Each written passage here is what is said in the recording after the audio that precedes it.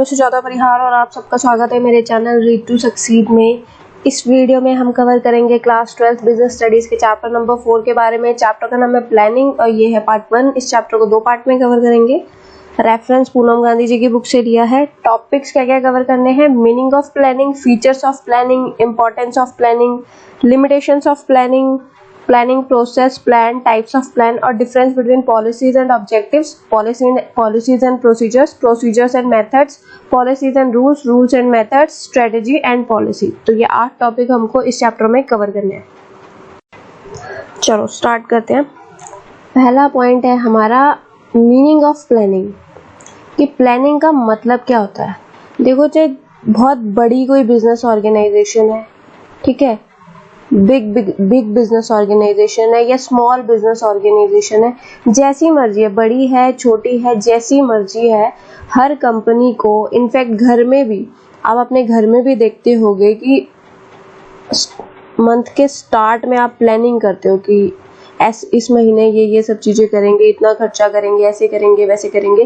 तो जितनी बड़ी ऑर्गेनाइजेशन है या जितनी छोटी ऑर्गेनाइजेशन है, जहाँ पे भी है, हर जगह प्लानिंग की नीड होती है कि आप कोई भी काम करने जा रहे हो तो आप सबसे पहले क्या करोगे? प्लान करोगे।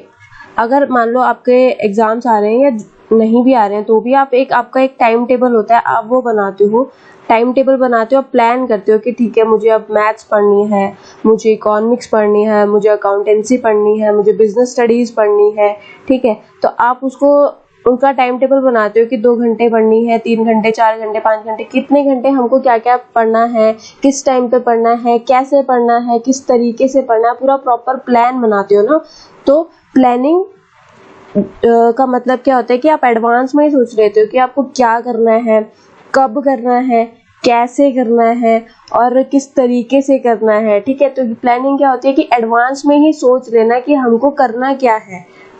तो पहले पैराग्राफ में क्या लिखा है? Planning can be defined as thinking in advance. तो प्लानिंग क्या होता है कि जब हम एडवांस में ही सोच लेते हैं कि हमको what is to be done, क्या करना है, व्हेन, कब करना है, हाउ, कैसे करना है और whom it should be done, ठीक है। In simple words we can say planning bridges the gap between where we are standing today and where we want to reach. कि देखो, आज आप पढ़ना शुरू कर रहे हो, आपका एग्जाम है, ठीक है, आज आप पढ़ना शुरू कर रहे हो, तो आज आपको कुछ भी नहीं आता, ठीक है, कुछ नहीं आता, नील, जीरो नॉलेज है, लेकिन आपने एक टाइम टेबल बनाया, आपने पूरा प्लान बनाया कि आपको कैसे कैसे क्या क्या पढ़ना है। तो जिस दिन आपका एग्जाम होगा उस दिन आप नील नहीं रहोगे, उस दिन आपको सब कुछ आता होगा। तो ये गैप जो होता है ना, कि जो आपको कुछ नहीं आता से लेके कुछ सब कुछ आने तक का, तो प्लानिंग इस गैप का ब्रिज होता है, इस गैप को कम कर देता है, ठीक है। प्लानिंग करने से हम हमारे ऑब्जेक्टिव है उस तक पहुंच जाते हैं। Planning involves setting objective and deciding in advance the appropriate course of action to achieve these objectives. So we can also define planning as setting up of objective and target and formulating an action plan to achieve them. कि देखो, जब आप ये decide कर लेते हो कि ठीक है, अब आपका एग्जाम आ गया है, तो आप ये भी डिसाइड करोगे ना कि हमको अगर अकाउंटेंसी पढ़नी है तो हमारे पास 100 रिसोर्सेस होंगे अकाउंटेंसी पढ़ने के, बहुत सारी बुक्स होंगी, बहुत सारे हमारे टीचर्स होंगे। तो हम किससे पढ़ें, किस तरीके से पढ़ें, कौन से बुक से पढ़ें, ठीक है, ताकि हम हमारे ऑब्जेक्टिव को जो कि अकाउंटेंसी का एग्जाम क्लियर करना है, उसको अचीव कर सके। तो आप ये सब डिसाइड करते हो कि आप बेस्ट तरीका क्या होगा। फॉर एग्जांपल, आप यूट्यूब पे ही टीचर ढूंढ रहे हो अकाउंटेंसी का, तो आप ढूंढोगे कि बेस्ट टीचर कौन है। आप 10 लोगों की वीडियो देखोगे, फिर आप डिसाइड करोगे कि ये बेस्ट है मेरे लिए, मैं इसकी वीडियो देखूंगी। आप 10 तरीके की बुक्स पढ़ोगे कि ये वाली बुक्स ज्यादा बेटर है मेरे लिए, मैं इसकी बुक पढ़ूंगी, ठीक है। तो प्लानिंग क्या होता है कि आप सब चीजें देखने के बाद, सब चीजें डिसाइड, सब कुछ सोचने समझने के बाद ये डिसीजन लेते हो कि आपके लिए बेस्ट आप तरीका कौन सा है, जिससे कि आप अपने ऑब्जेक्टिव्स तक, जो आपका टारगेट्स है, उस तक आप पहुंच पाओ। Another important ingredient of planning is time. Plans are always developed for a fixed time period as no business can go on planning endlessly. आपका एग्जाम 10 तारीख को है, आपने पढ़ना मान लो 1 तारीख से शुरू किया, आपके पास टाइम कितना है? 10 दिन का ही टाइम है, 10वें दिन तो आपका बल्कि एग्जाम है, तो एक तरीके से 9 ही दिन का टाइम है। तो जो आप टाइम टेबल बनाओगे, जो टाइम टेबल बनाया जाएगा वो उस 9 दिन के हिसाब से बनाया जाएगा, ठीक है, कि 9 दिन में मुझे बिजनेस स्टडीज का सिलेबस खत्म करना है तो कैसे करना है, उस हिसाब से आप प्लान बनाओगे कि एक दिन में इतने चैप्टर, 2 दिन में इतने चैप्टर, ऐसे करके प्लान बनाया जाएगा। ये तो नहीं बना प्लान, टाइम टेबल इस तरीके का थोड़ी ना बनाएंगे कि 1 तारीख से लेके 5 तारीख तक चैप्टर 1 करेंगे, 5 तारीख से लेके 8 तारीख तक चैप्टर 2 करेंगे, मान लो टोटल 10 चैप्टर्स हैं, फिर बाकी छोड़ देंगे, 8 तारीख से लेके 9 तारीख तक हम चैप्टर 3 करने की कोशिश करेंगे, बाकी छोड़ देंगे। इस तरीके से प्लान नहीं बनता ना कि आप अपने टारगेट्स को अचीव ही ना कर पाओ, या एक लॉन्ग रन का प्लान हमने बना लिया है कि तब तक करते रहेंगे, 5 दिन एक चैप्टर को देंगे, तो 5 करते करते आप कितने दिन दे दोगे, और आपके पास दिन तो सिर्फ थोड़े से ही हैं। तो प्लान जो बनता है वो टाइम के हिसाब से बनता है, कि आप फिक्स टाइम के लिए बनता है कि आपके पास अपने गोल तक पहुंचने के लिए इतना ही टाइम है, तो आप उस टाइम के हिसाब से प्लान बनाओगे कि आपको 10 दिन में पूरा बीएसटी के 10 चैप्टर्स को खत्म करना है। तो बेस्ट पॉसिबल वे क्या होगा कि आप 5 दिन में 10 चैप्टर खत्म करो और बाकी के 5 दिन आप उनकी रिवीजन करो, या फिर 10 दिन लगा लो, एक चैप्टर एक दिन में करो, ठीक है। तो वो आप बेस्ट पॉसिबल वे आप ढूंढोगे कि आपको किस तरीके से करना है अपने गिवन टाइम पीरियड में।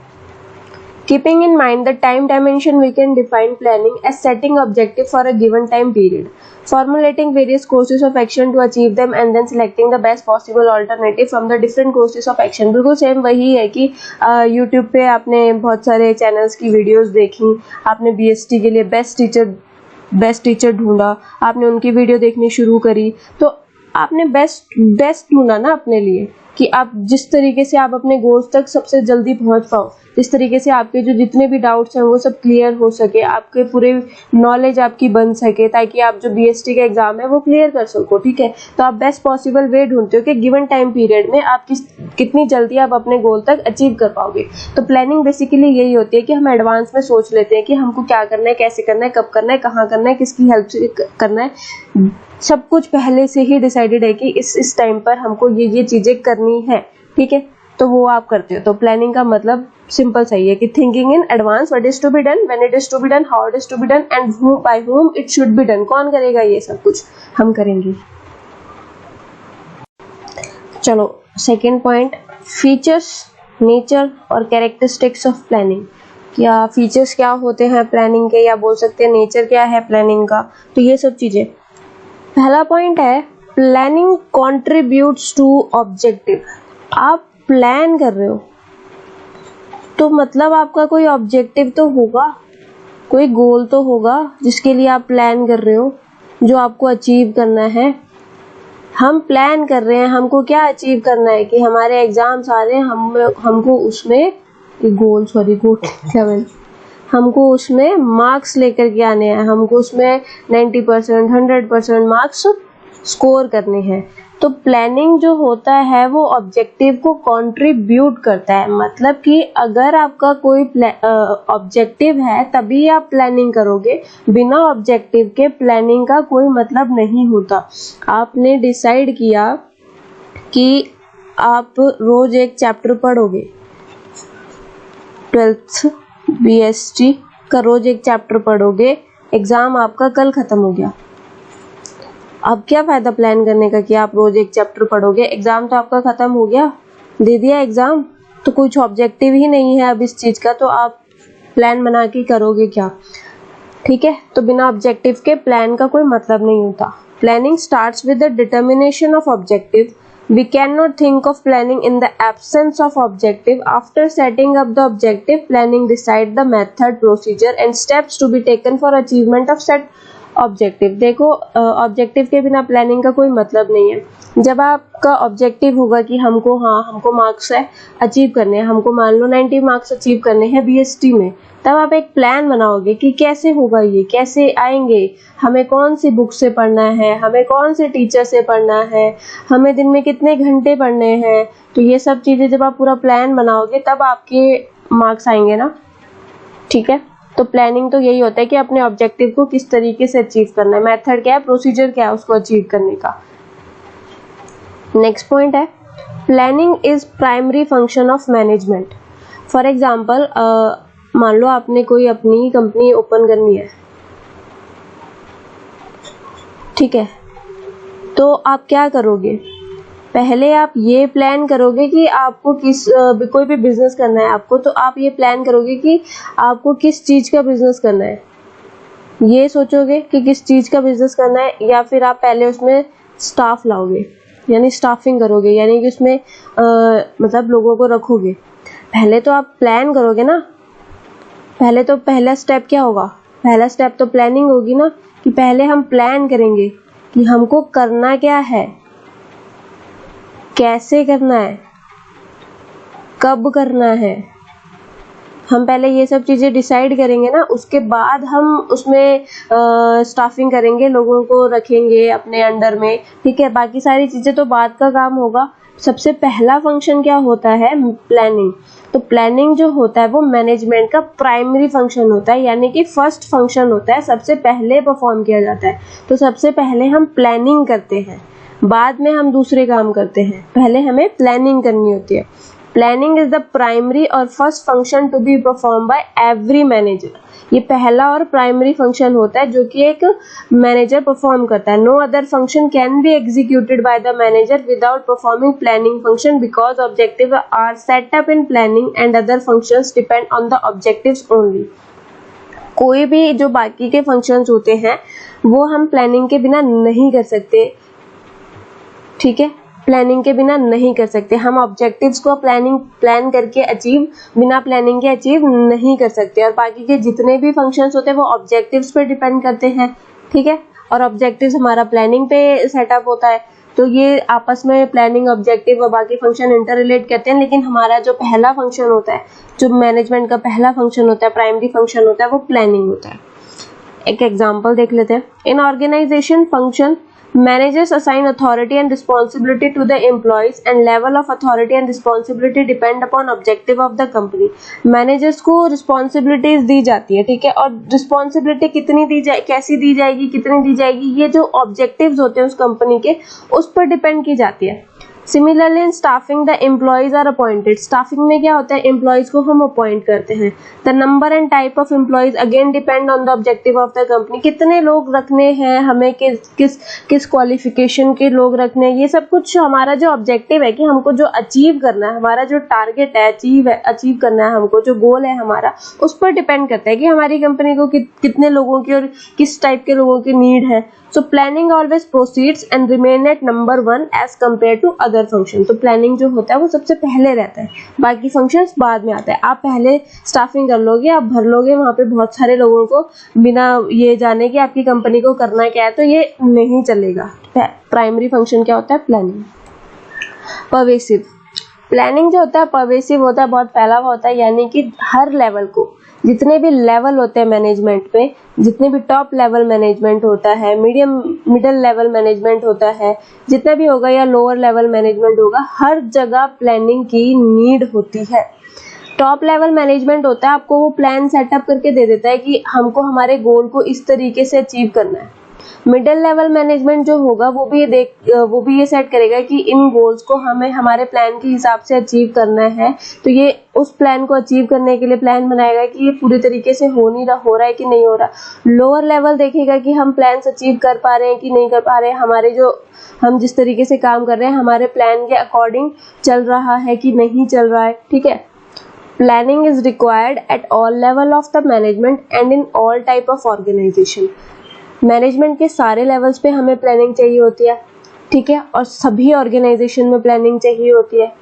It is not a function restricted to top level managers. ये सिर्फ टॉप लेवल मैनेजर्स तक नहीं होता है कि उन्होंने आपको प्लान सेट करके दे दिया है कि भाई इस पे चलते रहो, इसी के ऊपर चलना है आपने, और फिर आपने गोल को अचीव करना है, इनका काम हो गया, बाद में आप बस चले गए हो।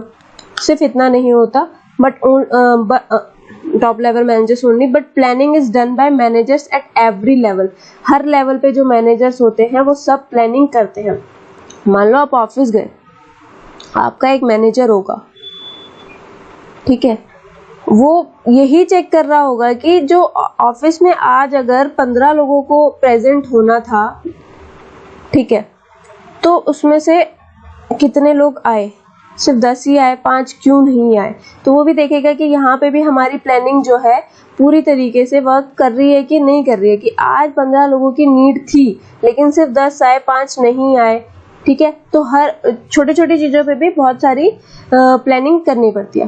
Formation of major plan and framing of overall policy is the task of top level managers. देखो, प्लान बनाना, पॉलिसीज बनाना, ठीक है, ये सब टॉप लेवल मैनेजर्स का काम होता है। Whereas departmental managers form plan for their respective department. जो डिपार्टमेंटल मैनेजर्स होते हैं वो अपने डिपार्टमेंट के लिए प्लान्स बनाते हैं।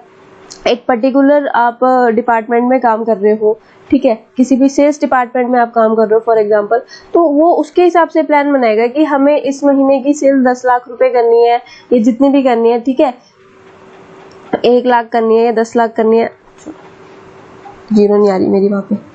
And lower level managers make plans to support the overall objective and to carry on day to day activities. Day to day activities को कौन प्लान करेगा? लोअर लेवल मैनेजर्स जो होंगे हमारे, वो डे टू डे एक्टिविटीज को plan करेंगे कि हमारे एक पर्टिकुलर दिन का टास्क, आज हमें पूरे दिन भर में ये करना है, ये हुआ कि नहीं हुआ, ठीक है। तो ये सारी चीजें जो होती हैं, जो प्लानिंग जो होती है वो हर लेवल पे जरूरी होती है। Planning is futuristic forward looking. इसका क्या मतलब है कि आप पास्ट के लिए तो प्लानिंग नहीं करोगे ना, कि एक काम करते हैं, पास्ट में जाते हैं, जो गलतियां हैं उनको सुधार लेते हैं। पास्ट के लिए प्लानिंग करते हैं कि पास्ट में जाएंगे, हमने गलती कर दी थी, 10th में पढ़ाई नहीं करी थी, 10th में दोबारा पढ़ाई करेंगे, टाइम टेबल बना के, प्लान बना के, और लेकर आएंगे अपने मार्क्स, या ठीक है। ऐसा नहीं होता, डोरेमोन नहीं है, हम नहीं जा सकते कहीं पे भी। हम फ्यूचर के लिए प्लान कर सकते हैं कि अब हम 12th में हैं, अब हम फ्यूचर के लिए प्लान कर सकते हैं कि अब हमारे एग्जाम आने वाले हैं, तो हम टाइम टेबल बना लें और उसको स्ट्रिक्टली फॉलो करें और एग्जाम्स में हमारे फेवरेट मार्क्स लेकर के आए, ठीक है। तो ये कैसे आएंगे? ये आएंगे जब आप ये बनाओगे। फ्यूचर के लिए हम प्लानिंग कर सकते हैं, प्लानिंग पास्ट के लिए नहीं की जाती है। Planning always means looking ahead, आगे देखना, और planning is a futuristic function, futuristic function है planning. Planning is never done for the past, हम पास्ट के लिए प्लानिंग नहीं कर सकते हैं। All the managers try to make predictions and assumption for future. हम जो है सिर्फ फ्यूचर के लिए अज्यूम कर सकते हैं, अजम्पशंस ले सकते हैं, प्रिडिक्शन ले सकते हैं, ठीक है। और ये जो प्रिडिक्शंस होंगी ना, ये हमारे पास्ट एक्सपीरियंस के बेसिस पे होंगी, ठीक है, जो कि मैनेजर्स ने फेस की होंगी अपनी जनरल एनवायरनमेंट में, अपनी इंटेलिजेंस स्केलिंग के द्वारा, कि जो भी फ्यूचर में क्या चीजें हो सकती हैं, फ्यूचर में किस तरीके के चेंजेस आ सकते हैं, ये आपके एक्सपीरियंस पे डिपेंड करेंगे, ठीक है। तो प्लानिंग जो होती है फ्यूचरिस्टिक एक अप्रोच होती है, फ्यूचरिस्टिक फंक्शन होता है। आप इसको पास्ट के लिए नहीं कर सकते, ये फ्यूचर के लिए की जाती है। Planning is continuous. प्लानिंग जो होता है वो एक कॉन्टिन्यूस प्रोसेस होता है, ये कभी खत्म नहीं होता है। क्योंकि अगर आपने कोई भी अपना बिजनेस ओपन किया है, तो एनवायरनमेंट में, बाहर का जो एक्सटर्नल एनवायरनमेंट होगा उसमें चेंजेस आते रहते हैं, एक्सटर्नल एनवायरनमेंट में चेंजेस आते रहते हैं, तो आपको उस हिसाब से अपने प्लान में चेंजेस लाने पड़ते हैं, ठीक है, प्लान को चेंज करना पड़ता है। देखो, एक छोटी किसी की आइसक्रीम की शॉप है, तो ये समर्स में तो काफी अच्छी चलेगी, ठीक है, समर्स के लिए तो इसका प्लान बहुत बढ़िया है, लेकिन विंटर में ये शॉप नहीं चलेगी, विंटर में ये बंद हो जाएगी। तो उसको इस हिसाब से प्लान करना पड़ेगा कि विंटर में ये क्या करेगा, इस आइसक्रीम शॉप का विंटर में ये क्या करेगा, इसको किस तरीके से चेंज करेगा, कैसे करेगा, ठीक है। तो प्लानिंग जो होता है वो कॉन्टिन्यूस प्रोसेस होता है। आप अभी कुछ चीज के लिए सोच रहे हो, लेकिन अगर फ्यूचर में किसी तरीके की कोई चेंजेस करने पड़ जाएं, तो आप उसके लिए भी रेडी होने चाहिए कि आप उसमें चेंजेस कर सकते हो। देखो, अगर अभी मान लो बहुत ज़्यादा महंगाई है, बहुत ज़्यादा महंगाई है, आपने उस हिसाब से अपना प्लान बनाया, हो सकता है कल को महंगाई ना रहे, कल को महंगाई ना रहे मार्केट में, तो आपको अपने प्लान्स को चेंज करना पड़ेगा। कोई भी आपने बिजनेस ओपन किया उस हिसाब से ओपन किया कि अभी बहुत महंगाई है, उस हिसाब से आपने कॉस्ट रखी है अपने प्रोडक्ट्स की, लेकिन कल को महंगाई ना रहे तो आपको अपने प्लान्स को सब हर चीज को चेंज करना पड़ेगा ना। Planning is a never ending, planning जो है एक नेवर एंडिंग प्रोसेस है, यानी कॉन्टिन्यूस प्रोसेस है, क्योंकि because after making plans also one has to be in touch with the changing environment and in the selection of one best way। तो आपको touch में रहना पड़ता है कि आपके इन्वायरमेंट में किस तरीके के चेंजेस हो रहे हैं, ठीक है। So after making plans also planners keep making changes in the plans according to the requirement of the company. Plan बनाने के बाद भी आपको प्लान्स में चेंज करना पड़ता है क्योंकि आपकी कंपनी के रिक्वायरमेंट्स चेंज हो रही हैं। For example if the plan is made during the boom period के टाइम पे आपने प्लान बनाया, ठीक है, और उसको एग्जीक्यूट किया, लेकिन अब डिप्रेशन आ गया मार्केट में, तो प्लानर्स को अपना जो प्लान है वो चेंज करना पड़ेगा कंडीशन के हिसाब से, किस तरीके की कंडीशन है मार्केट में उस हिसाब से। 6th पॉइंट है प्लानिंग इन्वॉल्व्स डिसीजन मेकिंग।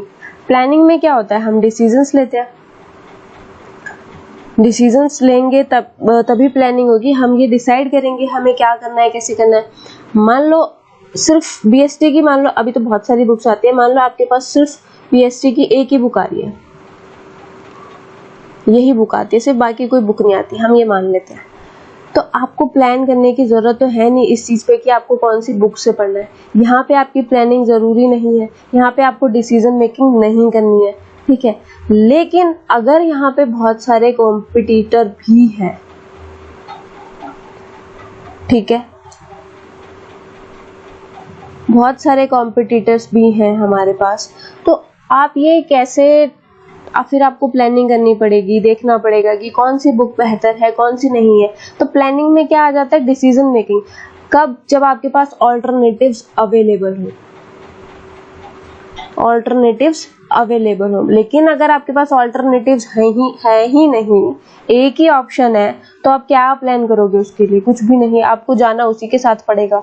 लेकिन आपके पास अगर ऑल्टरनेटिव्स अवेलेबल है तो आपको डिसीजन मेकिंग करनी पड़ेगी ना कि किस तरीके से हमको कौन सी बुक अच्छी रहेगी, कौन सा हमको चूज करना है।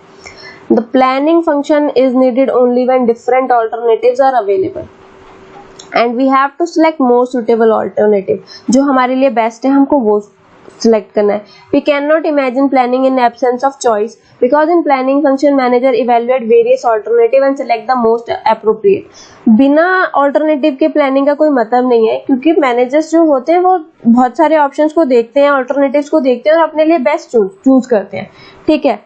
But if there is one alternative available, then there is no requirement of planning. For example, to import the technology, if the license is only with STC, State Trading Corporation, then company have no choice but to import the technology through STC only. अगर आपको technology import करनी है और आपके पास एक ही option है तो आपको इसी से जाना पड़ेगा। लेकिन अगर आपके पास 4-5 इंपोर्ट एजेंसीज हैं तो आप फिर देखोगे, हर चीज को समझोगे, डिसीजन लोगे कि आपको किस कंपनी के थ्रू जाना है, ठीक है, तो आप फिर डिसीजन मेकिंग करोगे। वैसे ही आपके पास सिर्फ एक ही बुक है तो आप उसी से पढ़ोगे, आपके पास 3-4 हैं तो आप डिसाइड करोगे कि आपके लिए बेस्ट कौन सी है। नेक्स्ट आता है planning is a mental exercise. Planning जो होती है मेंटल एक्सरसाइज होती है, यानी आप प्लान करोगे, फिर किसी तरीके का कोई चेंजेस आ जाए तो आप फिर अपने प्लान को चेंज करोगे। आपको स्कैनिंग करनी होती है एनवायरनमेंट की, अपने एक्सटर्नल एनवायरनमेंट की पूरी तरीके से कि मार्केट में इस टाइम पे कैसा माहौल है, क्या चल रहा है। फिर आप उस हिसाब से अपनी प्लानिंग करते हो, लेकिन मार्केट का माहौल एकदम से चेंज हो गया तो आप फिर अपने प्लान्स में चेंज करते हो। तो मेंटल एक्सरसाइज होती है, ये इंटेलिजेंस की जरूरत होती है इसके लिए, तो इसको हम बोल सकते हैं। So it is right to call planning an intellectual process. इसको हम इंटेलेक्चुअल प्रोसेस भी बोल सकते हैं। तो प्लानिंग जो होती है वो एक मेंटल एक्सरसाइज होती है। चलो इंपॉर्टेंस देख लेते हैं। 3rd पॉइंट आता है हमारा इम्पोर्टेंस ऑफ प्लानिंग। प्लानिंग की इम्पोर्टेंस क्या है? सबसे पहला है कि प्लानिंग जो है हमें डायरेक्शन प्रोवाइड करता है। आपने प्लानिंग कर ली, ठीक है, बना लिया, यहाँ तक जाना है, आपने पूरा बना लिया, ऐसे ऐसे ऐसे ऐसे ऐसे ऐसे ऐसे करके आप जाओगे और यहाँ तक पहुँच जाओगे, ठीक है।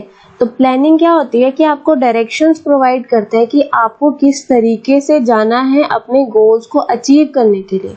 मतलब आपको क्या करना है, कैसे करना है, कब करना है, ये सारी चीजें आपने अपने प्लान में बनाई होती है।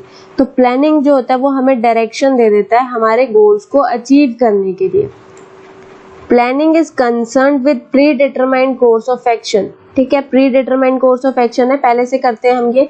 It provide the direction to the efforts of employees. जो एम्प्लॉयज जो हैं वो जो एफर्ट डाल रहे हैं उस एफर्ट को डायरेक्शन प्रोवाइड करता है। ठीक है, एम्प्लॉयज काम कर रहे हैं, क्या काम कर रहे हैं, कोई उस कंपनी का कोई गोल है उसको अचीव करने के लिए काम कर रहे हैं ना। Planning makes clear what employees have to do. Planning से हमें पता लगता है कि हमको करना क्या है और कैसे करना है, ये हमें पता चल जाता है।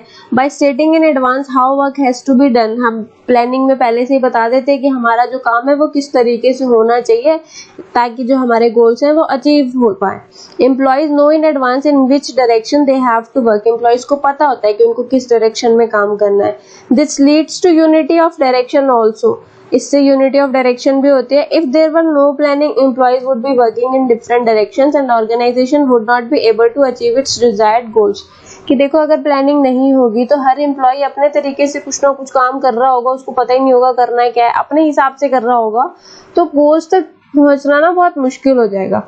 फॉर एग्जाम्पल, आपने टाइम टेबल सेट ही नहीं किया है, आपके एग्जाम नियर है, ठीक है, तो आपने टाइम टेबल नहीं सेट किया आपको, तो अभी आप मान लो 2 घंटे आपने मैथ्स पढ़ ली, 1 घंटा आपने अकाउंट्स पढ़ लिया, ठीक है, कभी कुछ पढ़ रहे हो कभी कुछ पढ़ रहे हो, आपको पता ही नहीं है कैसे पढ़ना है, किस तरीके से पढ़ना है, कितनी देर किस सब्जेक्ट को कितनी देर देनी है, किस चैप्टर पे कितना टाइम लगाना है, तो आप अपने एग्जाम्स तक अपना सिलेबस खत्म नहीं कर पाओगे, अपने गोल को अचीव नहीं कर पाओगे। ठीक है, हमारा गोल क्या था, हमें कितने मार्क्स लाने हैं, तो ये अचीव नहीं हो पाएगा अगर आप प्रॉपरली नहीं पढ़ोगे, आप प्लान करके नहीं पढ़ोगे तो। ठीक है, तो वैसे ही होता है, डायरेक्शंस प्रोवाइड करता है प्लानिंग। तो बिजनेस ऑर्गेनाइजेशंस में भी ऐसी होता है, अगर आप प्लान नहीं बनाओगे एम्प्लॉयज अपने हिसाब से काम करेंगे और गोल्स कभी भी अचीव नहीं हो पाएंगे। प्लानिंग जो होता है वो जो अनसर्टेनिटीज आती है हमारे बिजनेस में उसके रिस्क को रिड्यूस कर देता है, क्योंकि जब हम प्लान बनाते हैं तो हम अपने दिमाग में ये चीज रख के चलते हैं, एक अजम्पशन लेके भी चलते हैं कि फ्यूचर में हमें किस किस तरीके के चेंजेस देखने को मिल सकते हैं। ये कैसे आप अज्यूम कर लेते हो, ये अपने आप पास्ट एक्सपीरियंस से आप जानते हो कि भाई ये गलतियां हो जाती हैं। ठीक है, तो जब आप अपने एक्सपीरियंस से आपको पता है कि ये गलतियां हो जाती हैं, तो आप फ्यूचर में आपको पता होगा कि भाई कुछ कुछ चीजें हो सकती हैं, तो उस चीज को टैकल कैसे करना, उस चीज को हैंडल करना कैसे है। तो प्लानिंग करने से हमें हमारी जो अनसर्टेनिटीज जो हमें देखने को मिलेंगी उसके रिस्क को हम कम कर सकते हैं, क्योंकि हमें पता है कि फ्यूचर में इस तरीके की चीजें हो सकती हैं और हमको उसको किन किन तरीकों से हैंडल करना है। Organisation have to face many uncertainties and unexpected situation every day. रोज आपको कुछ ना कुछ अनएक्सपेक्टेड सिचुएशंस देखने को मिल सकती हैं। ठीक है, planning helps the manager to face the uncertainty because planner try to foresee the future by making some assumption regarding future, keeping in mind their past experience and scanning of business environment। managers जो होते हैं वो अपने past experience से assume कर लेते हैं कि फ्यूचर में क्या चीजें हो सकती हैं और बिजनेस एनवायरनमेंट को वो स्कैन करते रहते हैं time to time. The plans are made to overcome such uncertainties, और इस तरीके की अनसर्टेनिटीज जो होती हैं इसको ओवरकम करने के लिए प्लान्स को बनाया जाता है।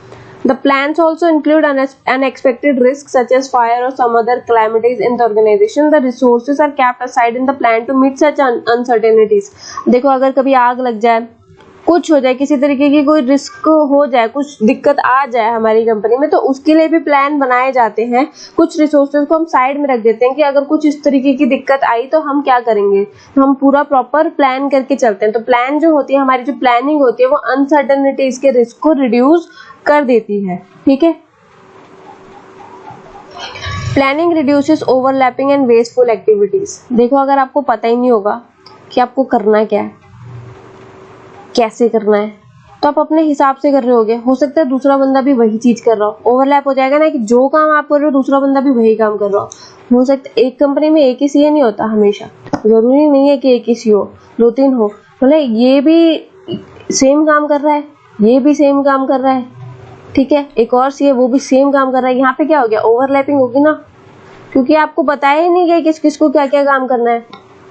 वेस्टफुल एक्टिविटीज होगी एक तरीके से, एक की तो चलो काउंट कर ली हमने, बाकी दो ने जो एक्टिविटी करी वो वेस्ट होगी, ठीक है। तो प्लानिंग जो होता है वो ओवरलैपिंग और वेस्टफुल एक्टिविटीज को रिड्यूस करता है। जब हम प्लान बनाते हैं तो हम पूरी तरीके से डिपार्टमेंट, अलग अलग डिपार्टमेंट्स को अलग अलग अथॉरिटी देते हैं कि आपने ये काम करना है, इस तरीके से करना है, ऐसे करना है, ताकि जो चीजें हैं वो स्मूथली चलती रहे, बिजनेस जो है वो स्मूथली वर्क करता रहे। The organisational plan are made keeping in mind the requirement of all the department.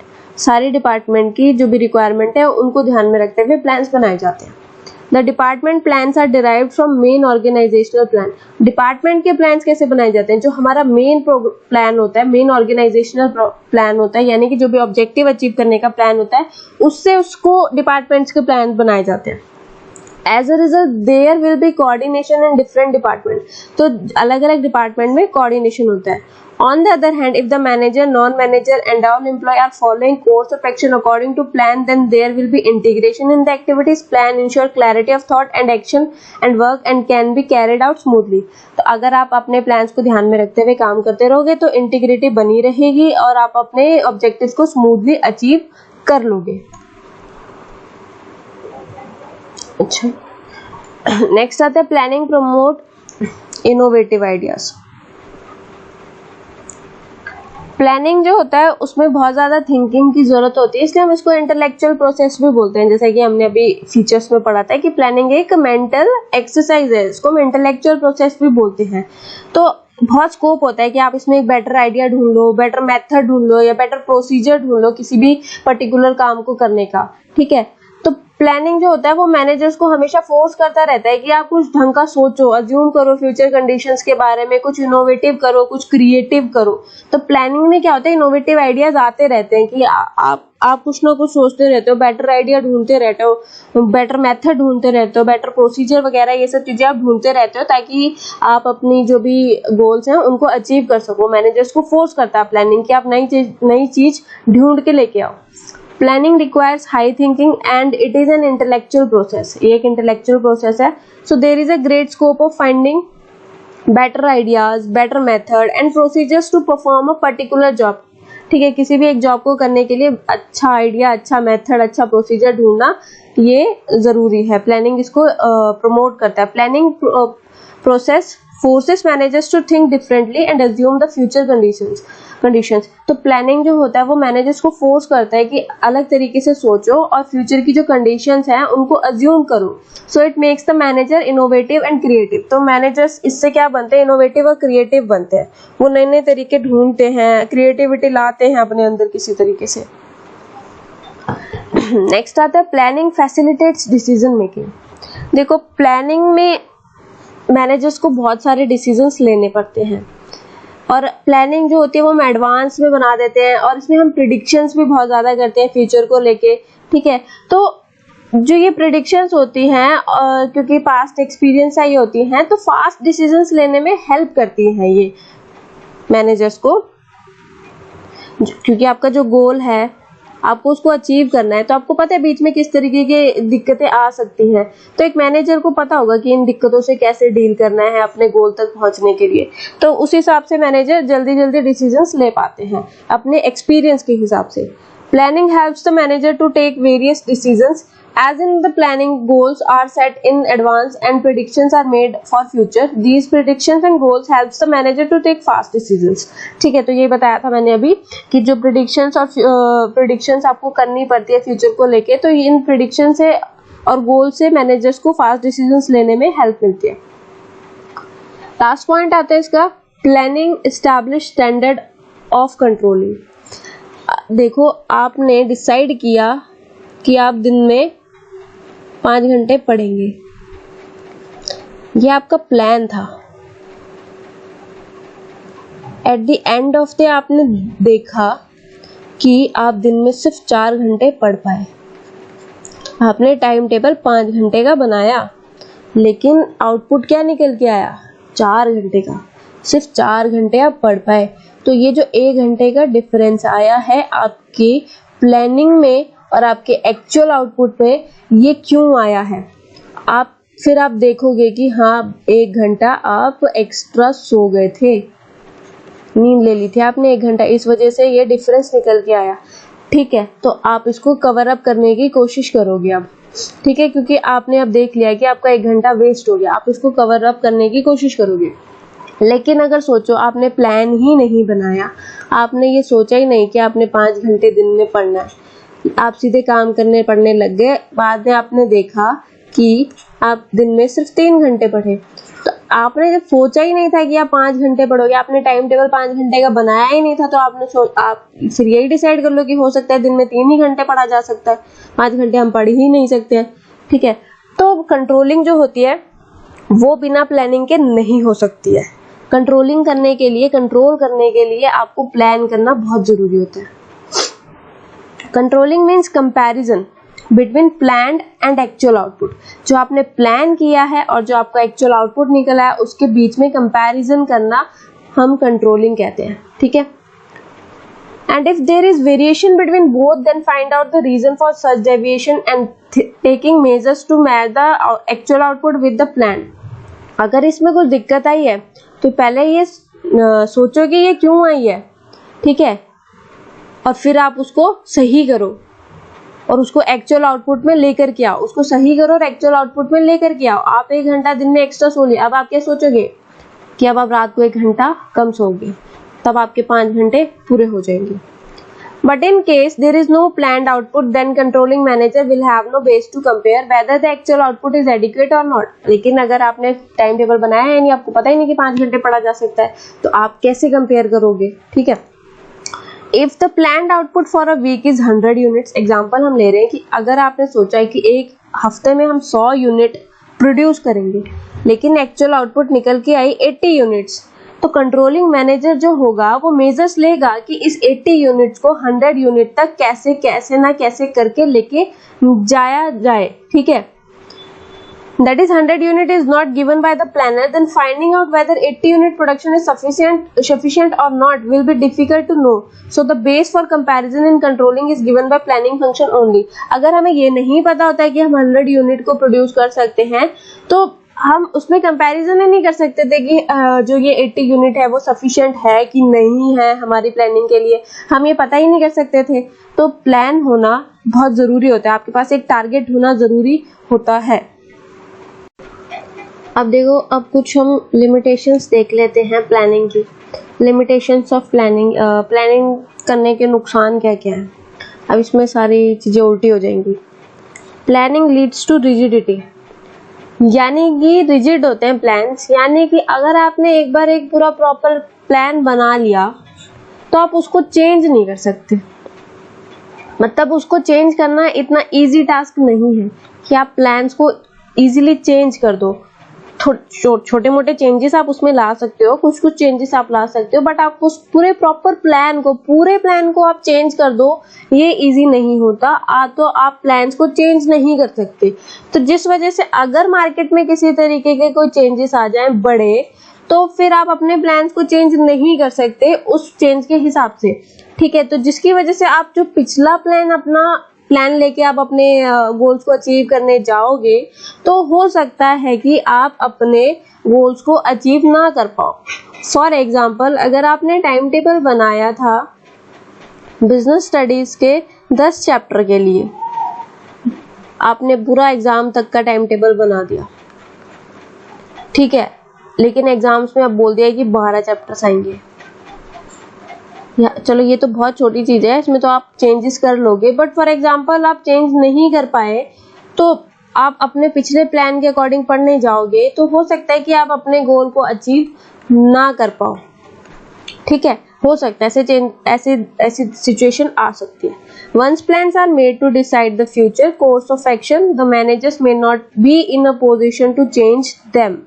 Following pre-decided plan when circumstances are changed may not bring positive results for organization. This kind of rigidity in plan may create difficulty. तो ये rigidity जो होती है plan में difficulty लेकर के आती है, क्योंकि आप प्लान्स को चेंज नहीं कर सकते। मार्केट में चेंज आ गया, पिछला प्लान फॉलो करने जाओगे तो पॉजिटिव रिजल्ट्स हो सकता है कि ना आए। नेक्स्ट आता है planning may not work in dynamic environment. जो बिजनेस एनवायरनमेंट होता है ना, वो बहुत डायनामिक होता है, और कॉन्टिन्यूसली चेंज होता रहता है, कभी पॉलिटिकल रीजंस की वजह से, कभी कोई लीगल रीजंस की वजह से, तो कुछ भी चेंजेस आ सकते हैं मार्केट में, ठीक है। तो आपके लिए उसको फोरकास्ट करना, यानी कि आपके लिए उस चीज को समझना है कि इतनी जल्दी किस तरीके का कोई चेंज आ जाए, तो वो समझना, वो अज्यूम करना बहुत डिफिकल्ट हो जाता है। फॉर एग्जांपल जैसे 500 और 1000 के नोट बंद हुए थे तो इससे बिजनेस वालों को भी बहुत नुकसान हुआ होगा। तो ये उन्होंने अज्यूम तो नहीं किया होगा ना कि ऐसा कुछ हो जाएगा। तो जो भी इकोनॉमिक या पॉलिटिकल एनवायरनमेंट में चेंजेस आ रहा है वो अज्यूम करना बहुत मुश्किल हो जाता है। तो डायनामिक एनवायरनमेंट में प्लानिंग इतना काम नहीं करता, ठीक है। The environment consist of business environment is very dynamic as there are continuously changes taking place in economic, political and legal environment. तो continuously changes आते रहते हैं. It become very difficult to forecast these future changes. Plans may fail if the changes are very frequent. कि अगर बहुत जल्दी changes आ रहे हैं तो plans जो है आपके fail हो सकते हैं और इन changes को forecast करना, इनको समझना, इनको assume करना बहुत मुश्किल हो जाता है. The environment consists of number of segments and it become very difficult for a manager to assess future changes in the environment. For example, there may be change in economic policy, change in fashion trend or change in competitors policy. A manager cannot foresee these changes accurately and plan may fail if many such changes take place in environment.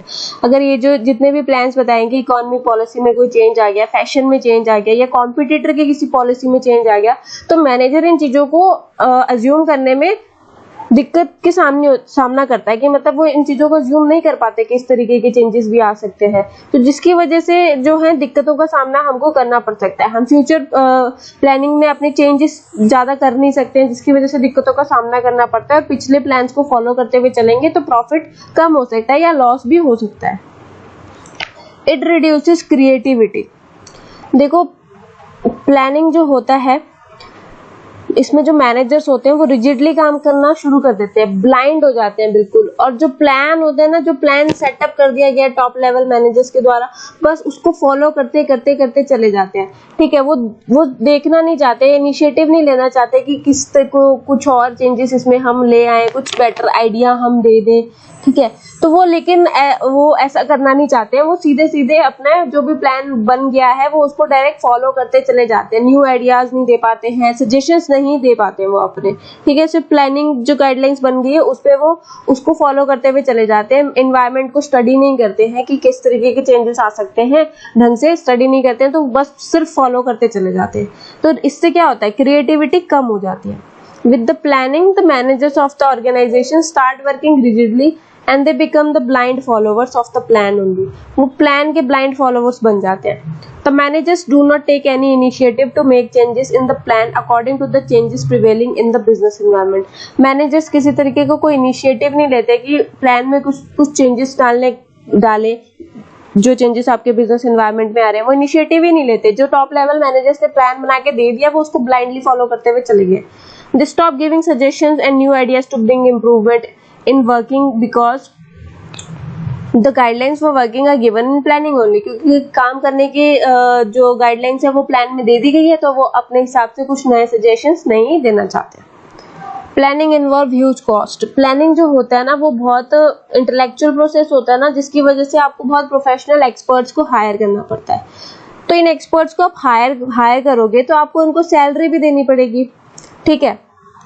बहुत सारा facts and figure ढूंढने के लिए बहुत सारा time भी लगेगा, बहुत कॉस्ट कंज्यूमिंग प्रोसेस होती है ये। तो प्लानिंग जो होता है ना बहुत खर्चा होता है इसमें, क्योंकि हायर लेवल को आपको उसको इसमें हायर करना पड़ता है, प्रोफेशनल्स को हायर करना पड़ता है। Planning process involves lot of cost because it is an intellectual process and company need to hire the professional experts to carry on this process. Professional experts को हमें हायर करना पड़ता है। Along with the salary of these expert the company has to spend lot of time and money to collect accurate facts and figures. इन experts के साथ साथ आपको बहुत सारा टाइम चाहिए, आप कंपनी बहुत सारा टाइम और मनी स्पेंड करती है बहुत सारे फैक्ट्स एंड फिगर्स को कलेक्ट करने के लिए। So it is a cost consuming process. If the benefit of planning are not more than its cost then it should not be carried on. देखो, अगर आपका जो प्लानिंग है ना उससे जो आपको बेनिफिट मिलने वाला है वो अगर कम है आपकी कॉस्ट से, तो ना आपको प्लानिंग को नहीं करना चाहिए। टाइम कंज्यूमिंग प्रोसेस होता है। प्लानिंग जो होता है ना वो बहुत ज्यादा टाइम लेता है, क्योंकि बहुत सारे ऑल्टरनेटिव्स आपके पास होते हैं, तो आपको सबको देख के फिर एक बेस्ट उसमें से चूज करना, तो इसमें बहुत सारा टाइम लगता है। इसमें एक्शंस में बहुत ज्यादा डिले आता जाता रहता है, ये इमीडिएट नहीं होता है, इसमें बहुत ज्यादा टाइम लगता है। Planning process is a time consuming process because it takes long time to evaluate the alternatives and select the best one. आप ऑल्टरनेटिव देखोगे, इवेल्युएट करोगे और अपने लिए बेस्ट चूज करोगे, तो बहुत टाइम लगेगा उसमें। Lot of time is needed in developing planning premises, so because of this the action gets delayed, and whenever there is a need for prompt and immediate decision then we have to avoid planning। जहाँ पे prompt और immediate decisions के लेने की जरूरत होती है वहाँ पे प्लानिंग को अवॉइड करना चाहिए, क्योंकि प्लानिंग बहुत ज्यादा टाइम कंज्यूमिंग प्रोसेस होता है। Planning does not give guarantee success, planning से आप गारंटीड सक्सेस नहीं ले सकते। कैसे? क्योंकि अगर कुछ चेंज आ गया बीच में, आप पिछला प्लान फॉलो कर रहे हो, तो क्या गारंटी है इस बात की कि आपको सक्सेस मिलेगी? नहीं मिलेगी, गारंटीड सक्सेस नहीं होती। आपने टाइम टेबल बनाया, 10 चैप्टर का, एग्जाम में 12 आ गए, तो जरूरी नहीं है आपको गारंटी सक्सेस मिलेगी। Sometimes managers have false sense of security that plan have work successfully in past. अगर पास्ट में वो काम सक्सेसफुली चल गया तो ये जरूरी नहीं है कि वो फ्यूचर में भी सक्सेसफुली चलेगा। There is a tendency in manager to rely on pre-tested plans. It is not true that if a plan has worked successfully in past, it will bring success in future also, as there are so many unknown factors which may lead to failure of plan in future. Planning only provide a base for analyzing future. It is not a solution for future course of action. Planning future के लिए एक base होता है, solution नहीं है किसी तरीके का। अगर वो पास्ट में काम करके जरूरी नहीं है फ्यूचर में भी करेगा। हो सकता है फ्यूचर में बीच में बिजनेस इन्वायरमेंट में, आपके एक्सटर्नल इन्वायरमेंट्स में या इंटरनल इन्वायरमेंट्स में बहुत सारी कुछ दिक्कतें आ जाएं जिसकी वजह से प्लानिंग जो है आपकी काम ना करे। तो ये सारे जो थे, ये हमारे जो हमने पढ़े अभी, ये सारे इंटरनल इन्वायरमेंट्स थे हमारे।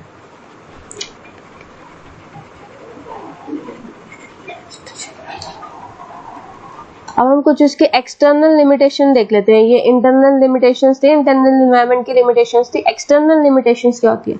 नेचुरल क्लाइमेटीज, यानी कि अगर सोचो बाढ़ आ जाए, भूकंप आ जाए, कुछ किसी इस ऐसी सब चीजों से हमारे प्लान्स फेल हो सकते हैं। Natural calamities such as flood, earthquake, famine etcetera may result in failure of plan. Competitor ने अपनी पॉलिसी में चेंज कर दिया। कभी कभी हमारे प्लान्स हमारे कॉम्पिटिटर्स की वजह से भी फेल हो जाते हैं, क्योंकि उसने अपने प्रोडक्ट की अपनी पॉलिसीज में चेंज कर दिया, तो सारे जो आपके कस्टमर्स थे वहां चले गए, तो आपके प्लान में चेंज आ गया, तो जिसकी वजह से आपको दिक्कतों का सामना करना पड़ गया। Sometime plan may fail due to better policies, product and strategy of competitor which was not expected by manager. ठीक है, मैनेजर ने ये नहीं सोचा होता है कि उसका जो कॉम्पिटिटर है अचानक से एक बेटर प्रोडक्ट ले आएगा, एक बेटर स्ट्रेटेजी ले आएगा अपने प्रोडक्ट के लिए। ठीक है, तो इस वजह से भी दिक्कतें आती हैं। अब एकदम से change in fashion, taste, fashion and trend in the market, market में ट्रेंड ही चेंज हो गया।